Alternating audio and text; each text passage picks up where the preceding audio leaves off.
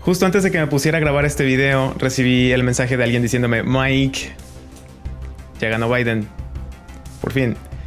Con lo que este video inicia en una nota mucho más alegre que lo que originalmente estaba planeado. De lo que va este video es esto.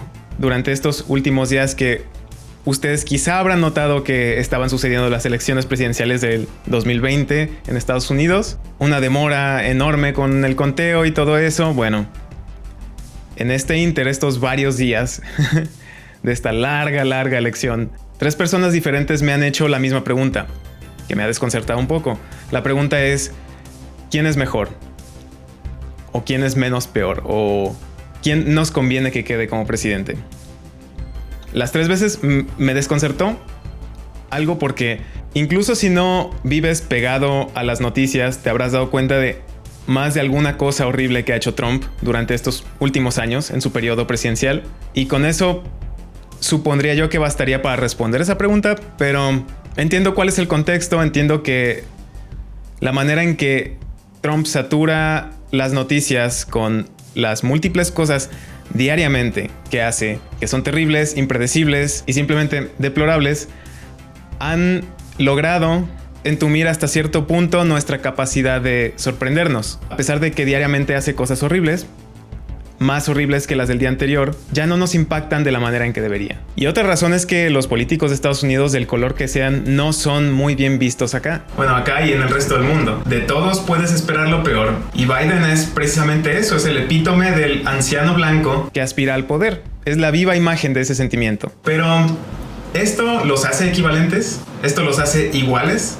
La primera vez que Trump apareció en mi radar fue en 2015. Hasta ese punto yo lo consideraba como alguien que aparecía en un reality show que nunca vi y nada más. Su existencia no había resonado en mi mente hasta ese día en el que en un rally, ya en campaña por la candidatura republicana, dijo que los mexicanos éramos violadores y asesinos. Desde ese día mi alarma no deja de sonar, y en su momento hice videos sobre eso, de por qué era peligroso que Trump llegara a la presidencia con una plataforma basada en el racismo. Los medios de noticias y los analistas estaban sorprendidos, pero no dejaban de difundir las cosas que él decía por televisión. No solamente Fox News, todas las cadenas participaron en esto, todas las cadenas amplificaron su mensaje y lo hicieron llegar hasta el último racista en el lugar más recóndito del país. Para ese momento las únicas celebridades que yo veía tan alarmadas como yo eran Mark Ruffalo, Ron Perlman, Moby, Stephen Colbert, varios, pero no muchos, y nadie parecía tomar en serio sus intenciones hasta que sus tácticas de bully en los debates republicanos lo dejaron como el mejor, como el más presidenciable. En ese momento inventó que el papá de Ted Cruz, uno de sus contendientes, era un asesino serial, cosa que obviamente no es cierto.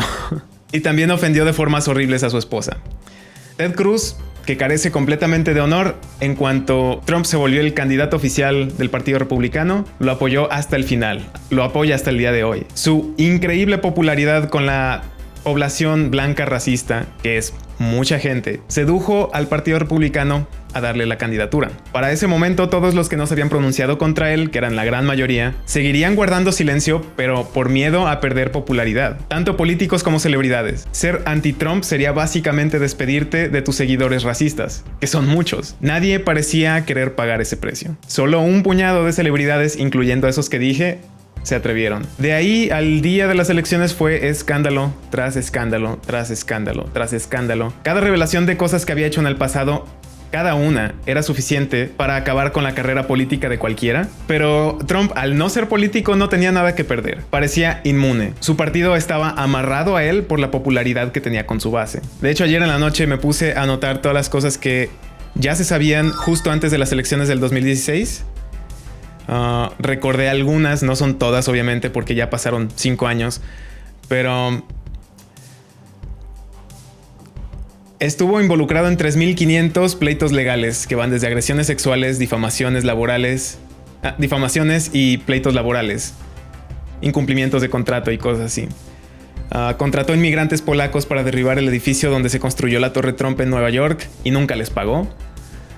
Estafaba a modelos adolescentes que traía de otros países, las estafaba no pagándoles o pagándoles como 1/10 parte de lo que les había prometido por contratos de varios años, algunas de ellas menores de edad. Estafó a la gente que asistió a su universidad, que no tenía ningún tipo de validez académica y era carísima, y la gente que iba era súper humilde, se endeudaban, perdían su casa por pagar una universidad que no les iba a servir de nada. A fin de cuentas terminaron ganando esa demanda, hicieron una demanda colectiva y se arreglaron fuera de la corte, Trump dándoles 25 millones de lo que les debía, que era mucho menos de lo que ellos le habían pagado.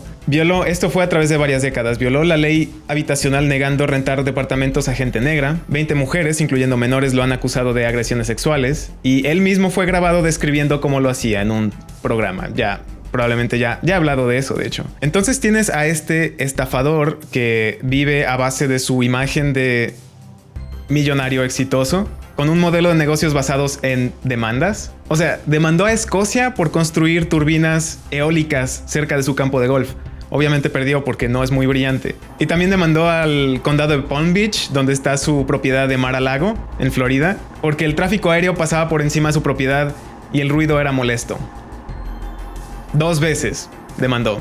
Utiliza tácticas de intimidación por medio de demandas. Y después de una vida de fraudes, ya todos en el gremio inmobiliario saben cómo es. Por eso terminó en un reality show y posteriormente como candidato republicano a la presidencia. No hay manera en que sea tu socio y no salgas perdiendo. No hay manera en que trabajes para él y te pague lo que te debe. Se le acabó la gente rica a la cual estafar y decidió estafar a un país entero utilizando su estatus de celebridad, incendiando el racismo que abunda en la población del país. Llegaron las elecciones del 2016 y ganó.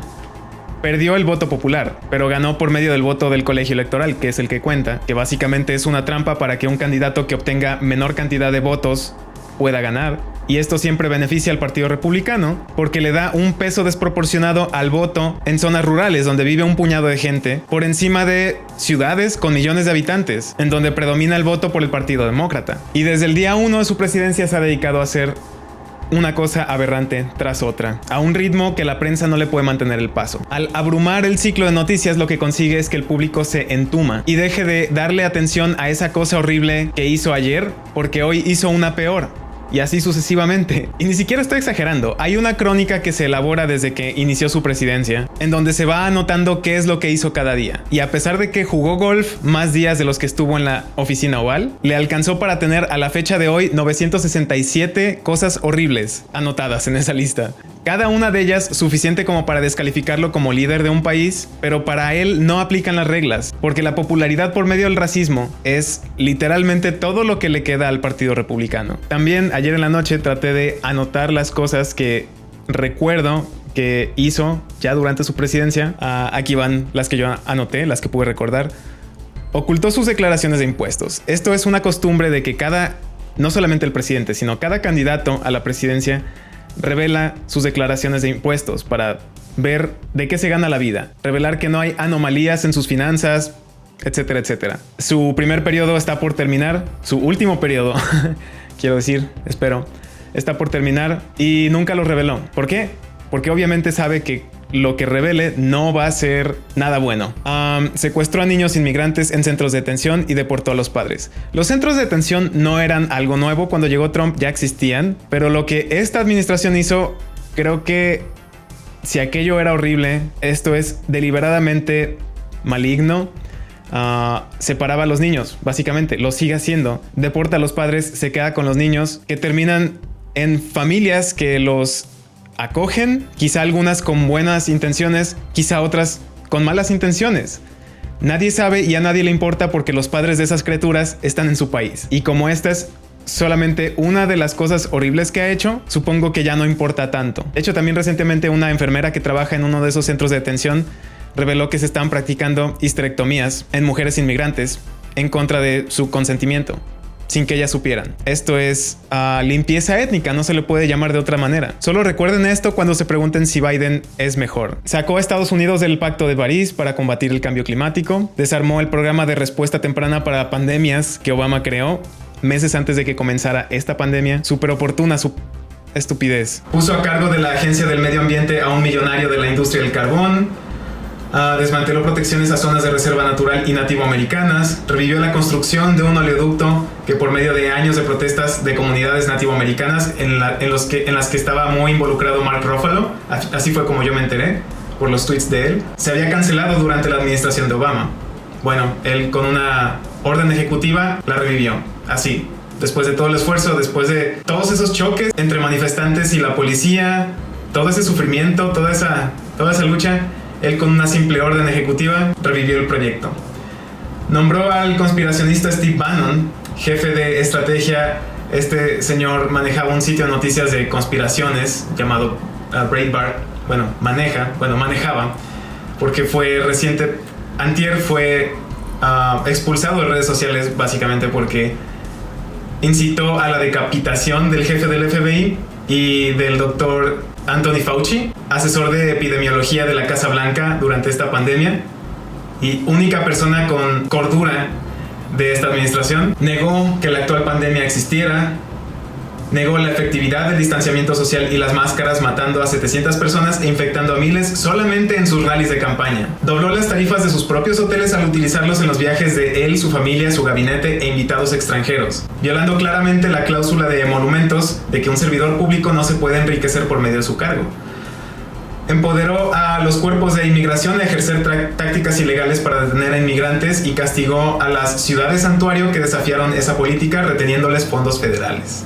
Se negó a enviar ayuda a Puerto Rico después del devastador desastre del huracán María. Puerto Rico, al no ser un estado como Hawái, no tiene ni siquiera la capacidad de votar por sus representantes y a la hora de las emergencias no es parte de Estados Unidos. Al perder el voto popular por 3 millones en las elecciones del 2016, alegó que eran votos de inmigrantes ilegales, que obviamente no pueden votar, porque no están empadronados, porque para empadronarte requieres la ciudadanía. Detuvo el apoyo al Fondo para la Población de las Naciones Unidas, que apoya la planificación familiar en todo el mundo.